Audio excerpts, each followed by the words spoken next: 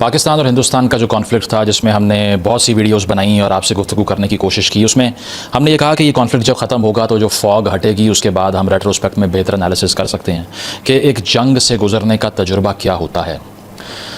और इसको लेकर पाकिस्तान का रिस्पांस टू इंडिया और इंडिया का रिस्पांस टू पाकिस्तान, वो तो बहुत डिस्कस हुआ, सियासत बहुत डिस्कस हुई। ISPR ने ये कहा, पाकिस्तान के आर्मी चीफ ने ये कहा, नरेंद्र मोदी ने ये कहा, इंडिया की स्टेट ने कोई बात कर दी। इस सब को हमने रिपोर्ट तो कर दिया, लेकिन इस सारी सूरत हाल के अंदर एक इंडिविजुअल का एक्सपीरियंस क्या होता है जंग का, ये शायद मुझे भी इससे पहले मालूम नहीं था।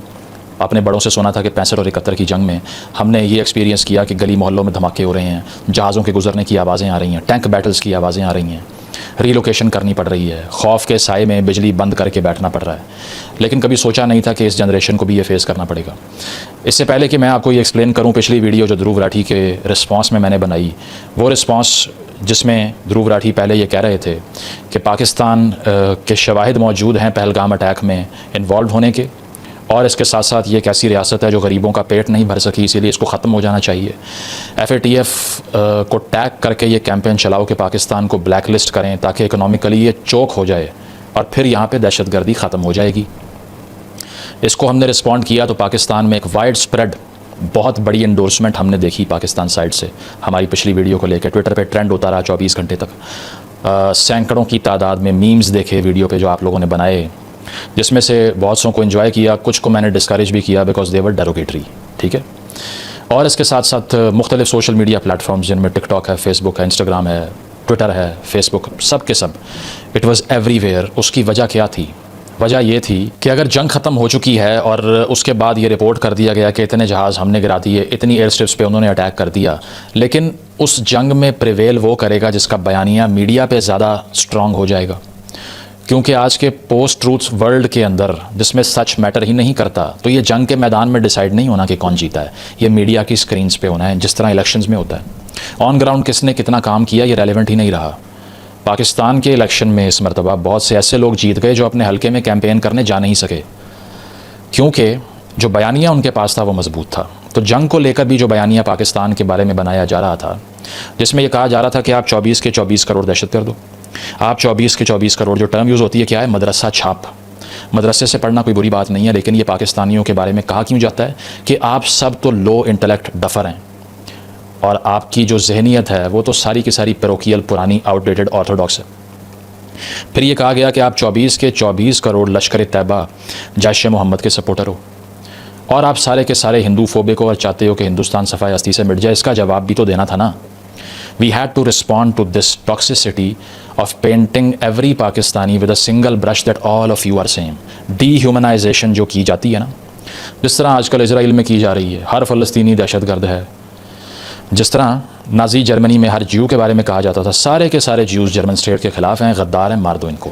इसी तरह सारे के सारे पाकिस्तानी मदरसा छाप हैं, दहशतगर्द हैं, मौलवी हैं। इस बयानिए का जवाब देने के लिए मेरे जिन कॉलीग्स ने, जिन दोस्तों ने, जिसमें फैसल वड़ाई साहब हैं, तैमूर रहमान साहब हैं, शहजाद गयास है, they have done a fantastic job because they are people who stood for peace in the war times. मैं राइट विंग के स्पीकर्स की इसीलिए बात नहीं करूँगा कि they stand for war in the peace times as well, तो वो तो मैटर ही नहीं करते ना कि वो क्या कह रहे हैं, उनकी जो भी गुफ्तगू है।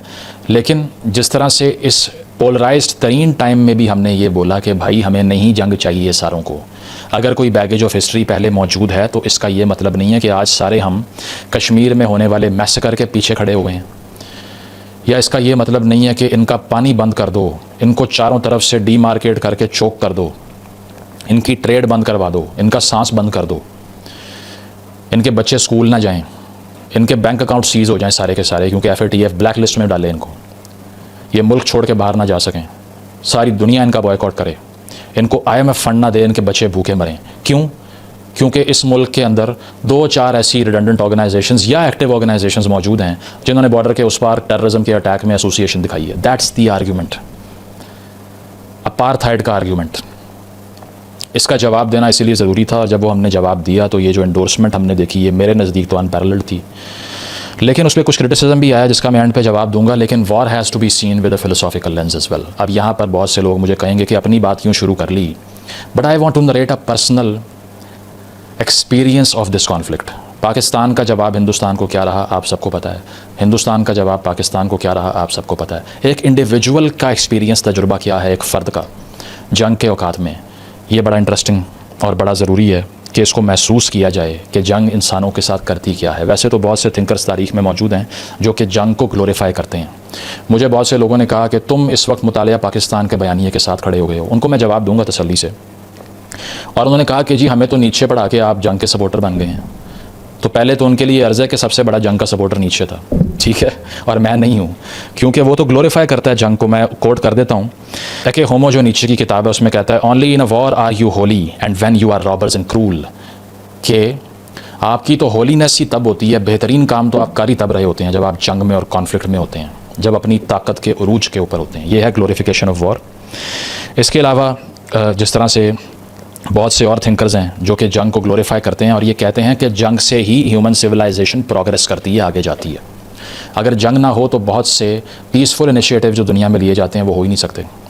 जिस तरह फ्यूरी जो one of my favourite war films है, उसमें एक डायलॉग था, ब्रैड पिट कहता है ideals are peaceful, history is violent. कि इंसान ने सोचा तो हमेशा अमन का है लेकिन तारीख़ खून से भरी हुई है, ठीक है।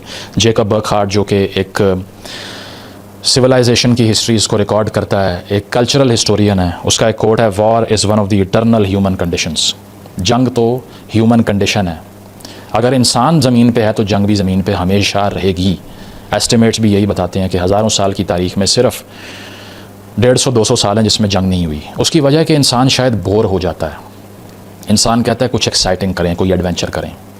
सोरेन कियरकेगार्ड जो कि डच फिलोसोफर था, उसने बोला था boredom is the root of all evil. बोरियत यानी कि बोर होना तमाम बुराई की जड़ है। मैं अगर बैठा बैठा बोर हो रहा हूँ, ठीक है, कोई ऐसी हरकत कर दी जो मुझे डैमेज कर देगी, जंग भी उन्हीं में से एक है। जब मंडेन ज़िंदगी रोज़ाना की जी जी के आप थक जाओ तो एक लार्जर मीनिंग के लिए तारीख़ में जंगें लगाई जाती थीं ताकि ज़रा नया कैपिटल आए, नई सपोर्ट आए, अवाम खड़े हो जाएं आपके लिए, वो आपके नारे मारें, एक रीवाइटलाइजेशन ऑफ सोसाइटी हो। क्योंकि बहुत से मुआशरे, बहुत से कल्चर्स जो हैं वो जंग के बगैर चलते ही नहीं थे। जिस तरह ब्रिटिश मर्केंटाइलिज्म था, नई कॉलोनीज़ नहीं ढूंढेंगे तो पैसे कहाँ से कमाएंगे। तो ग्लोरिफिकेशन ऑफ वॉर तो आपको तारीख़ में बहुत मिलेगी, लेकिन वॉर का जो इंडिविजुअल एक्सपीरियंस है वो बड़ा पेक्यूलियर है, क्योंकि उसमें एक नाइलिज्म इन्वॉल्व है, मीनिंग चला जाता है। मैं अगर अपनी बात करूं, जुमे की शाम की बात है, जब सारा दिन ब्रॉडकास्ट करके, टीवी शोज़ यूट्यूब करके मैं घर जा रहा था तो रास्ते में घर वालों ने बताया कि धमाके की आवाज़ें आ रही हैं, क्योंकि ड्रोन हमारे घर से 2-3 किलोमीटर नीचे गिरा। 10 किलोमीटर दूर बॉर्डर है। जहाँ जाते हुए मैं ये सोच रहा हूँ कि अगर ग्राउंड इन्वेजन हो गया तो क्या होगा। आपके दिमागों में तसव्वुर आ रहा है कि मेरा ख़ानदान, उसका क्या बनेगा, मेरी बिलोंगिंग्स का क्या बनेगा। All of a sudden what ever you have accumulated for the entirety of your life has become absolutely meaningless and trash. आप अपने घर की तरफ देख रहे हो और आपको लग रहा है ये तो पाइल ऑफ सैंड है सिर्फ, अभी यहाँ से जब गोले आके गिरेंगे इसकी क्या वक़्त रह जाएगी। मेरी सालों की मेहनत मेरी आंखों के सामने तबाह हो रही है। आप सोचोगे कि मैं अगर बाकी अपने दोस्तों से, अपने रिश्तेदारों से, अपने जानने वालों से ज़्यादा पढ़ा, मैंने ज़्यादा अकम्प्लिश किया, आज जंग जब लग चुकी है और हिंदुस्तान हमला कर रहा है तो उसकी क्या वक़्त रही जो मैंने सोशल लैडर को पुर किया और मैं ऊपर आया, नहीं पता। दिमाग में क्या आ रहा है, ये आ रहा है जब मैंने देखा कि नूर खान एयरबेस पे अटैक हो गया है और इसके अलावा मुख्तलिफ मिलिट्री इंस्टॉलेशंस को हिट किया जा रहा है, तो मैं ये सोच रहा हूँ कि ये तो एक इन्वेडिंग आर्मी पाकिस्तान की फ़ौज को डिसआर्म करने की कोशिश कर रही है। तो अब तो कोई रैशनैलिटी बची नहीं है, अब तो फुल स्केल वॉर शुरू होगी और आखिरी ऑप्शन तो है ही न्यूक। तो आपके जहन में वो डॉक्यूमेंट्रीज़ आ रही हैं जो आपने हिरोशिमा और नागासाकी की देखी हुई हैं, जिसमें लोग बाज़ारों में खड़े हुए थे और उनके जिस्म जल के राख हो गए। आप वो सोच रहे हो कि क्या ये होगा यहाँ पे। मसला यही है ना कि अवेयरनेस जब ज़्यादा हो तो उसका टॉल और उसका बर्डन भी ज़्यादा होता है। तो आप ये सोच रहे हो कि अच्छा ये सब शुरू हो जाएगा, बिकॉज़ ऐसा तो नहीं हो सकता कि बाहर से एक फ़ौज आके जितनी एयर स्ट्रिप्स हैं उनको बॉम्ब करे, यानी कि आपकी एरियल कैपेबिलिटी ही छीन ले, आप उड़ ही ना सकें हवा में उनको रिस्पॉन्ड करने के लिए। तो फिर क्या बचेगा भाई। फिर फेक न्यूज़ इतनी थी, टैंक बैटल शुरू हो गई हैं, इसके मैसेज आ रहे हैं व्हाट्सएप पर, नहीं समझ आ रही क्या ठीक है। ये समझ नहीं आ रही कि कुछ लोगों के मैसेज आ रहे हैं, हमने लाहौर गुलबर्ग में अपने ऊपर से जहाज़ गुजरते हुए देखे हैं। मैंने कहा अगर ऊपर उड़ रहे हैं भाई तो it's over, then what remains, nothing else. उस पॉइंट के ऊपर बहुत से दोस्त मेरे और हम बैठ के क्या डिस्कस कर रहे हैं, भाई हमारी तो जेब में कैश भी नहीं है, एटीएम भी नहीं चलेगा, How do we survive the next 10-15 days? All of a sudden your life is shaken to the core. This is the horrendous nature of war, जो कि आपकी सारी अचीवमेंट को सिफर कर देती है, ज़ीरो कर देती है। और आप ये सोचते हैं कि मेरी एग्जिस्टेंस का अब जो सारा पर्पज़ मैंने तलाश किए थे सारे, उसका अब क्या बनेगा। एल्बर्ट कमू जो कि एग्जिस्टेंशियल फ़िलासफ़र था, वैसे वो मानता नहीं था कि मैं एग्जिस्टेंशलिस्ट हूँ। मिथ ऑफ सिसिफस में वो कहता है कि वायलेंस और वॉर जो होती है ना, ये एब्सर्डिटी ऑफ एग्जिस्टेंस का रिस्पॉन्स होता है। वही बात जो मैंने पहले की कि एक मीनिंगलेस तरीन लाइफ है, क्या फ़ायदा यार, उठो और जाके मार दो लाखों लोगों को, इसमें क्या है। हिटलर का ये इशू था ना, वो कोई बिलीवर तो नहीं था जो होली वॉर करने गया था, या इससे पहले जो नाइलिस्ट किस्म के वर्ल्ड लीडर्स थे जिन्होंने मैस मर्डर्स किए, बिलीवर तो नहीं थे वो। तो वो ये कहता है कि फ्रेजिलिटी ऑफ ह्यूमन लाइफ का आपको अंदाज़ा होता है कि ज़िंदगी कितनी बेवकत है, जो मुझे अंदाज़ा हुआ ये 3-4 दिनों के अंदर कि हमारी सारी अचीवमेंट्स का कोई फ़ायदा नहीं है। अगर कलेक्टिव पीस ही ख़त्म हो जाए, सब ख़त्म। हम ये सोच रहे हैं कि जेब में कैश नहीं है, बैंक तो बंद हो जाएंगे, राशन कहाँ से आएगा, कहाँ जाएंगे, एयर स्पेसेस बंद हैं, कैसे एस्केप कर सकता है, फैमिली को कैसे भेज सकते हैं बाहर। नहीं, कुछ नहीं हो सकता। आप तो लड़ने के लिए मुकम्मल तैयार हो जाएंगे ना, बिकॉज बहुत से लोगों की तो नेचर ही वॉर लाइक होती है, they like confrontation, even they find it exciting. ऐसे भी लोग मैंने देखे हैं, I could be one of them as well, जिन्हें कॉन्फ्लिक्ट में ज़्यादा पीस मिलता है, पीस में नहीं। मैं पाकिस्तान की रियासत के बारे में भी वही बात करता हूँ ना जो बियॉन्ड गुड एंड ईविल में नीचे ने कहा था, under the conditions of peace the war like man attacks himself. अमन के दिनों में जो जंग करने के लिए पैदा हुआ है वो तो अपने ऊपर ही हमला कर देता है, बिकॉज उसने सीखा ही हमला करना है। A war like man is more comfortable in war. Pakistan is that man. इसीलिए हिंदुस्तान की ये जो एंडेवर थी कि वो आकर यहाँ पे ये सब करेंगे, इससे नुकसान पहुँचेगा। जितना रीवाइटलाइज आजकल पाकिस्तान हुआ है ना, मैं समझता हूँ पिछले 15-20 साल में नहीं हुआ, 25 साल में नहीं हुआ। पिंडी स्टेडियम में कल आर्मी चीफ मैच देखने गए, लोग नारे लगा रहे हैं। किसी ने सोचा नहीं था 10 दिन पहले कि ये पॉसिबल है, because war brings new oxygen for Pakistan, a national validation for the leadership. जिस तरह फिलॉसफी ऑफ राइट में फ्रेडरिक हीगल कहता है, जो जर्मन फिलोसोफर था, क्योंकि वो भी वॉर को बड़ा एसेंशियल समझता था सिविलाइजेशन के परसूट के लिए, वो तो कहता है just as the blowing of winds preserves the sea from the foulness which would be the result of a long calm, so also corruption in nations would be the product of prolonged let alone perpetual peace. कहता है जिस तरह तेज़ हवाएं और तूफ़ान के आने से समुद्र के पानी में बदबू पैदा नहीं होती, क्योंकि खड़ा पानी जो है वो बदबूदार हो जाता है, ख़राब हो जाता है, फाउलनेस क्रिएट हो जाती है। तो हेगल कहता है कि जिस तरह तेज़ हवाएं चलने से वो पानी हिलता है और वो पानी ख़राब होने से बच जाता है, इसी तरह जंग वो हवा है जो मुआशरे को ख़राब होने से रोकती है, क्योंकि लंबे पीस में, अमन के दिनों में एक मुआशरा बर्बाद हो जाता है। मैं तो खैर इससे उस तरह अग्री नहीं करता, लेकिन मैं आपको glorification of history, glorification of war की बात बता रहा हूँ कि फ़लसफ़ी किस तरह सोचते हैं जंग के बारे में। इसी तरह पाकिस्तान की रियासत तो ज़िंदा हो जाती है जब कॉन्फ्लिक्ट का टाइम आता है। तो जो भी ये समझता है कि ऐसे कॉन्फ्लिक्ट लगा के पाकिस्तान डिस्ट्रॉय हो जाएगा, you are doing the opposite, you are doing the absolute opposite. इस रियासत पे तो अगर 20-25 साल इसके इर्द गिर्द या अंदर जंग ना लगे, हमें तो समझ नहीं आती करना क्या है भाई। We don't know what to do apart from war. That's why we have shown that we are perfectly fit for what you have imposed on us. कि इसके बाद जो नई ऑक्सीजन मिलती है, external conflict quote and quote revitalises Pakistan, ज़िंदा कर देता है पाकिस्तानी माशरे को, जो कि आजकल हमें दिखाई दे रहा है।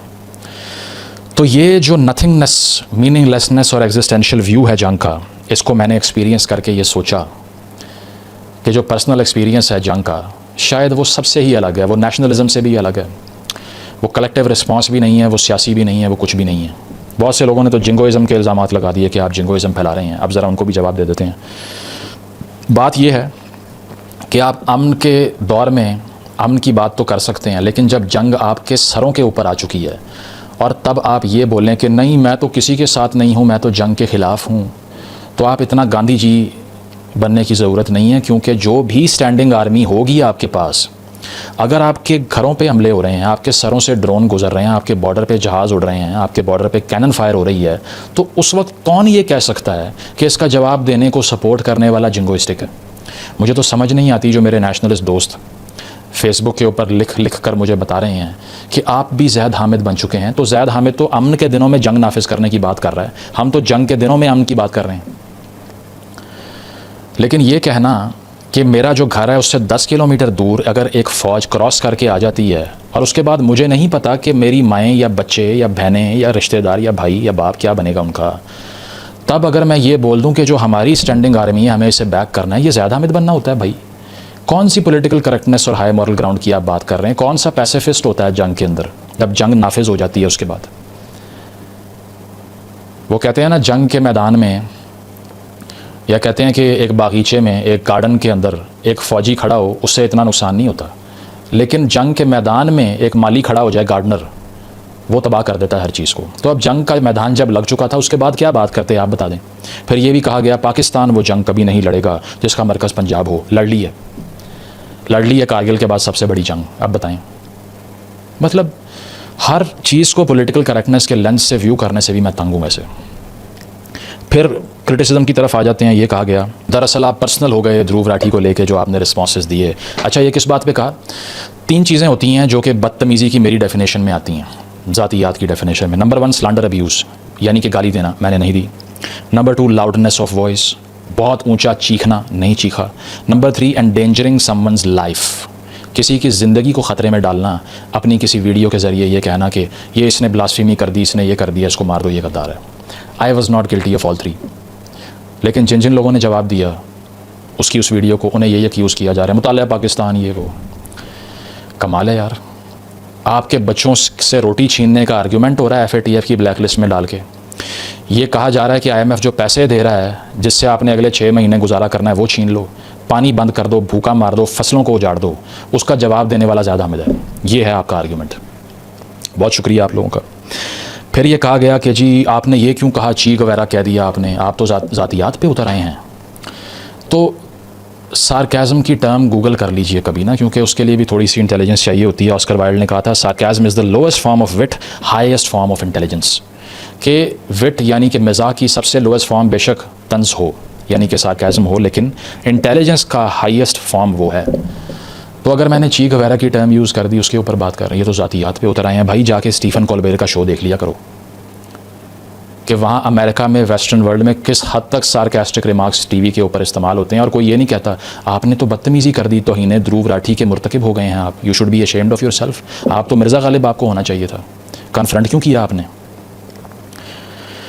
डेविड लेटरमैन को देख लें क्या करता रहा वो। बिल माहर जो है वो टीवी के ऊपर बैठ के डोनाल्ड ट्रंप को मिडिल फिंगर दिखाता है, and nobody minds it because it's a part of political dissent. भाई ये आदाब में इशफाक नहीं हो रहा यहाँ पे, सही है। और जिमी किमल को देख लें आप, तो जिसको सार्काज़म की ABC का नहीं पता उसे मैं क्या जवाब दूँ, मैं पर्सनल हो गया भाई। उसने इससे पहले, अच्छा कुछ लोगों ने ये कहा कि आप जैसे ही ध्रुव ने पाकिस्तान के ख़िलाफ़ बोला आप उसे गालियाँ देना शुरू हो गए। ओ भाई, उसने शुरू से पाकिस्तान को डिस्करेज और टेररिस्ट स्टेट कहा है। मैं तब बोला उसके ख़िलाफ़ जब वो 25% दुनिया की आबादी जहाँ रहती है वहाँ जंगी जुनून को सर पे चढ़ा रहा है। 4 दिनों की जंग ख़त्म होने के बाद भी ये कह रहा है कि मारो। मैं इसलिए ख़िलाफ़ हुआ क्योंकि वो अमन के और इंसानियत के कत्ले आम को अग्रेसिवली इम्पोज करने वाली जो रियासत है उसके साथ खड़ा हो गया। हम तो डिफेंस की बात कर रहे हैं भाई, तो हमारा ये पर्पज़ था। अब मुझे बहुत से लोग कह रहे हैं इसे भी रिस्पॉन्ड कर दो, उसे भी रिस्पॉन्ड कर दो, किसी और ने वीडियो बनाई है, रिस्पॉन्स क्यों करें? पाकिस्तान पे तनकीद कर रहे हैं, करते रहे, मुझे क्या है? I am an individual, I don't represent the entirety of Pakistani society. मैं तो ये कह रहा हूँ यहाँ जो इंसानियत के कत्लेआम की बात कर रहा है पहले उससे निपटो। तनकीद जितनी मर्जी करें, हमें क्या, सबसे ज़्यादा हमने की है पाकिस्तान के ऊपर, आप कौन होते हैं करने वाले? ठीक है। इसके अलावा ये कहा गया, बहुत से लोगों ने ये कहा क्या आप डिनाई कर रहे हैं कि लश्कर तैयबा और जैश मोहम्मद पाकिस्तान में एग्जिस्ट करती है? अगर आप डिनाई नहीं करते फिर आप ध्रुव के ख़िलाफ़ क्यों बोले? ओ भाई, कौन डिनाई कर रहा है? मुझे ये भी लोगों ने चैलेंज किया, डेयर किया कि आप दहशतगर्द बोल के दिखाएं। I am saying it on camera, cut this clip out, post it anywhere wherever you like it. I think that all of these organizations, including LET, including Jaish-e-Mohammed, whatever, are all terrorist organizations. I say it on camera without any shyness at all. Now what? अब मेरा point ये है कि ये कौन deny कर रहा है कि ये सारी दहशतगर्द तंजीमें हैं, लेकिन इसके जवाब में एक इन्वेडिंग आर्मी ला के एयर स्ट्रिप्स को बॉम्ब करके न्यूक्लियर वॉर क्यों लगा रहे हो? That's my entire point. लेकिन लोग क्या कह रहे हैं, लिख के उर्दू में लंबे लंबे आर्टिकल मैं देख रहा हूँ, चंद जो है ना वो बहुत शौकीन बाबे बैठ के लिख रहे हैं कि क्या पाकिस्तान के अंदर दहशतगर्द एग्जिस्ट नहीं करते? तो करते हैं, लेकिन इसका ये मतलब है कि यहाँ पे जो है वो जौहरी हथियारों से हमला कर दिया जाए। मतलब कोई अकल को हाथ मार लें आप भी यार। तो उसका ये जवाब हो गया। और इसके बाद ये भी तनकीद होती है कि दरअसल आपको हिंदुस्तान में बैन कर दिया गया इसीलिए आप ये सब बोल रहे हैं। तो वीपीएन लगा के नहीं देख सकते लोग, क्या आपको लगता है? या नहीं देख रहे होंगे? हमें तो पाकिस्तान के अंदर भी पार्शल बैन कर दिया। ये ध्रुव राठी वाली वीडियो भी मैंने एक पॉइंट देखने के लिए अपने मोबाइल से खोली, नहीं चल रही थी। तो ध्रुव ने तो बेचारे ने इसीलिए ये सब कर लिया कि उसको इंडिया में बैन ना कर दें दवाया की तरह। अपनी फॉलोइंग बचानी थी उसने ऑब्वियसली, इसलिए बीजेपी की एंडोर्समेंट कर दी उसने। हमें तो उससे गिला ही है कि इलेक्शन के ऊपर बीजेपी बुरी थी। दुनिया की 25% आबादी पे न्यूक्लियर वॉर लगाने के लिए जब बीजेपी खड़ी हुई है तुम साथ मिल गए उसके। ये कोई बात है करने वाली, आप बताएं। तो पहले हिंदुस्तान से कमेंट्स आया करते थे कि मुजम्मिल को सिटीजनशिप दी जाए इंडिया की, इतनी बेहतरीन बातें करता है ये। पाकिस्तान से गालियां पड़ती थी। आजकल पाकिस्तान की राइट विंग कह रही है मुजम्मिल को सिविल अवार्ड दिया जाए, ठीक है। और हिंदुस्तान से कमेंट आ रहे हैं पहले ही मालूम था कि तुम अंदर से जहादी हो। इसी तरह जब मैं मंजूर पश्तीन का इंटरव्यू रिकॉर्ड कर रहा था, जब मैं पश्तून तहफ़्फ़ुज़ मूवमेंट का मुकदमा मेन स्ट्रीम मीडिया में रख रहा था कि जो उनके जायज़ और आइनी मुतालबात हैं उनको माना जाए, पश्तून बेल्ट पे वायलेंस को ख़त्म किया जाए, उनके बच्चों को मरवाना बंद किया जाए, तो तब सारे के सारे प्रो इस्टेब्लिशमेंट जो सोशल मीडिया के ऊपर लोग और वॉरियर हुआ करते थे वो मुझे गालियाँ देते थे, एंटी स्टेट है, शर्म आनी चाहिए तुम्हें, तुम रॉ के एजेंट हो। और आज जब मैं औरंगज़ेब की तरह के लोगों को एडमायर कर रहा हूँ for their skill, share skill, तो मुझे वो लोग गालियाँ दे रहे हैं जो मुझे पहले सपोर्ट करते थे। इसी तरह वोट ऑफ नो कॉन्फिडेंस से पहले मेरे तमाम सोशल मीडिया जो मैंने काम किया, जिसमें इस्टेब्लिशमेंट से लेके हर चीज़ से लेके हमने चीज़ों को डीबंक किया, तो जितने तहरीक इंसाफ के सपोर्टर थे वो कहते थे एंटी स्टेट और शर्म आनी चाहिए तुम्हें शर्म आनी चाहिए, तुम पाकिस्तान की इस्टेब्लिशमेंट की स्क्रूटनी की बात करते हो। जैसे ही वोट ऑफ नो कॉन्फिडेंस हुआ तो सब ने क्या कहा, तुम्हें शर्म आनी चाहिए, तुम इस्टेब्लिशमेंट से लिफाफा लेते हो। तो ये पब्लिक ओपिनियन जो है ना, ये ओवरनाइट टर्न होती है। आज जो सब लोग जिन्होंने ध्रुव राठी वाली मेरी वीडियो शेयर की, ट्रेंड चलाए सोशल मीडिया पे, और वो मुझे हीरो कह रहे हैं, मुझे मालूम है कि एक वीडियो अपलोड करूँगा इसी रफ्तार से सब गालियाँ देंगे, लेकिन मैं आपको यहीं पर मिलूँगा। I will be persisting on these view points. इस सारे जर्नी में पिछले 6-7 साल में बहुत से लोग आए, बहुत से लोग गए, फिर बहुत से लोग आए, फिर बहुत से लोग जाएंगे, हम यही रहेंगे बात करते हुए। इसीलिए अगर आपको ये लगता है कि अब मुतालिया पाकिस्तान हो गया, ये हो गया, वो हो गया, तो चंद दिन इंतज़ार कर लीजिए, आपको फ़र्क नज़र आ जाएगा। इसी तरह हिंदुस्तान के हवाले से जो मैं आइडेंटिटी क्राइसिस की बात करता हूँ, पीस की बात करता हूँ हिंदुस्तान से, वो हमेशा पहले भी की है, आगे भी करेंगे। I do not think that all Indians are my enemies, I will never say that, ठीक है। And I will always say that they have done better in the economic realm. We have to learn from them in this regard, in democratic consolidation, many other aspects. But that does not mean कि जब हमारे सरों से जहाज़ गुजर रहे हों तो तब भी हम यही कहें कि हम बुरे हैं, हम बुरे हैं, हम बुरे हैं। सेल्फ लोडिंग की भी कोई हद होती है ना, सेल्फ हेटरेड की भी कोई हद होती है। बहुत से फ्री थिंकर हजरात भी बैठकर ये कह रहे हैं कि तुम जब बॉर्डर पे 5 किलोमीटर दूर टैंक खड़े हुए थे, सरों से जहाज़ गुजर रहे थे, गलियों में ड्रोन गिर रहे थे, धमाके हो रहे थे, तब तुम अपने आप को गालियाँ क्यों नहीं दे रहे थे? उनका मेरे खिलाफ मुकदमा ये है। तो भाई इतना सेल्फ हेटरेड नहीं है हमें, सही है। जो चीज़ जैसी हो उसको वैसा एक्सप्लेन करने वाले को रियलिस्ट कहते हैं, अपने आप को गालियाँ देने वाले को नहीं कहते। इस सारे एपिसोड से एक इंडिविजुअल को ये सीखना है कि किस तरह से जंग आपसे आपकी सारी ज़िंदगी का परसूट छीन लेती है। रियासतों को ये सीखना है कि जंग के मैदान में तो आपने बेशक बचा लिया होगा हमें, लेकिन सोच, एवोल्यूशन इन थिंकिंग, माशरे की डेवलपमेंट, साइंस और टेक्नोलॉजी, सॉफ्ट पावर अभी आपने डेवलप करनी है। उस मैदान में आपने जीतना है, आपने रेडिकल एलिमेंट्स को ख़त्म करना है, थिंकर्स को अपने साथ मिलाना है ताकि आपकी रियासत ऐसी बने जो मॉडर्न स्टेट हो।